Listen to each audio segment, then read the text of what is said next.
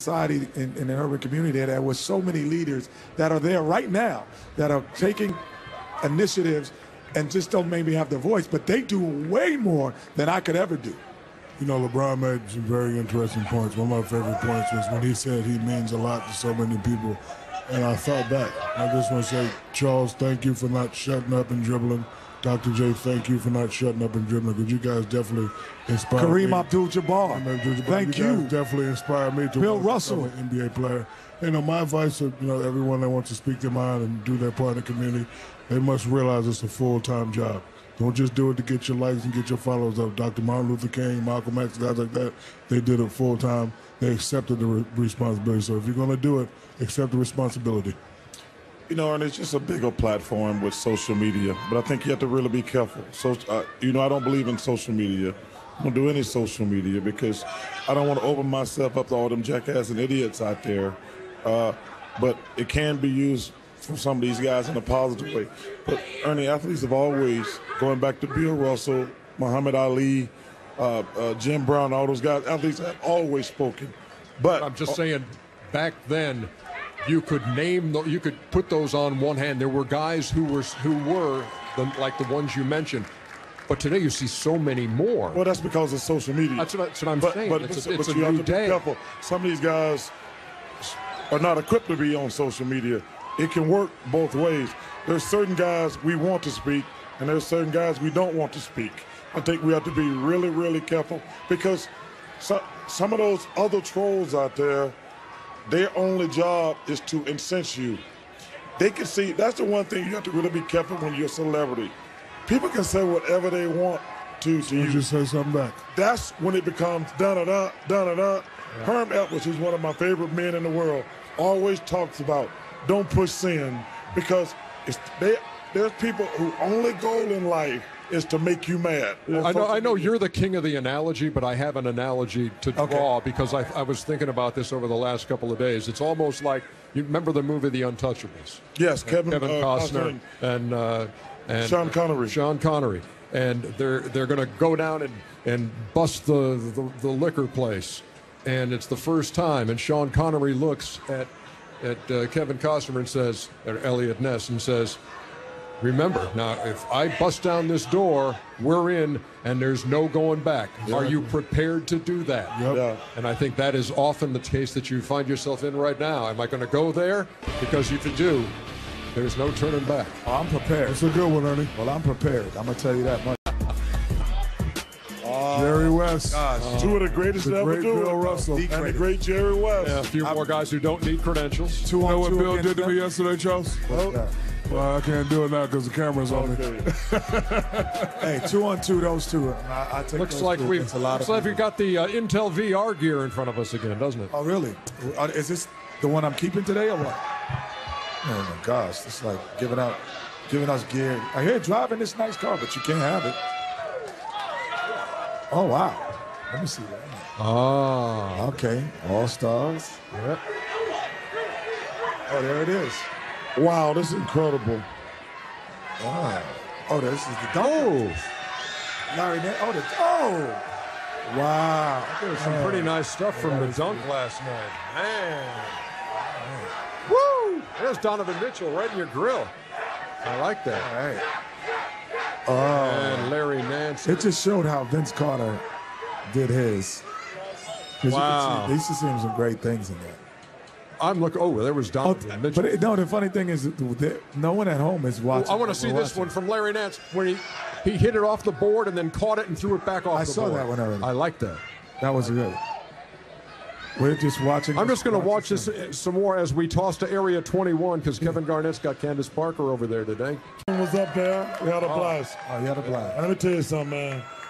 Paul Pierce and Kevin Garnett, man, they got some badass kids. Baby and Riley. They had the kids up there last night, man. They were eating everything that wasn't nailed down. The little Garnett kids and the little Pierce kids. Don't invite them to your house, America. Oh my gosh! Hey, going at the kids. Certainly one of these stars on Team LeBron would be a guy he faced in the NBA Finals last year. Kevin Durant, who spoke with our Kristen Ledlow. Katie, Anthony Davis was last year's All-Star MVP.